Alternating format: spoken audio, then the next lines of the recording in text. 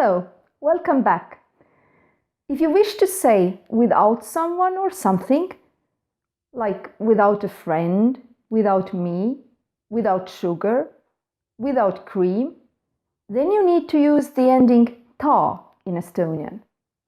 We put the word in the case omasta and add the ending ta. Mina, minu, minutta. Without me. Toivo, toivo, toivotta. Without toivo. Suhkur, suhkru, suhkrutta. Without sugar.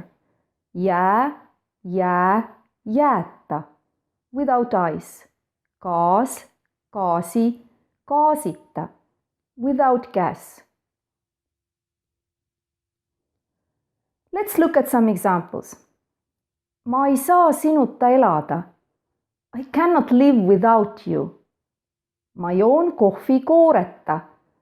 I drink coffee without cream. Mina ei saa ilma kohvita elada, aga teie? I cannot live without coffee, but you? I'll go and have a cup now.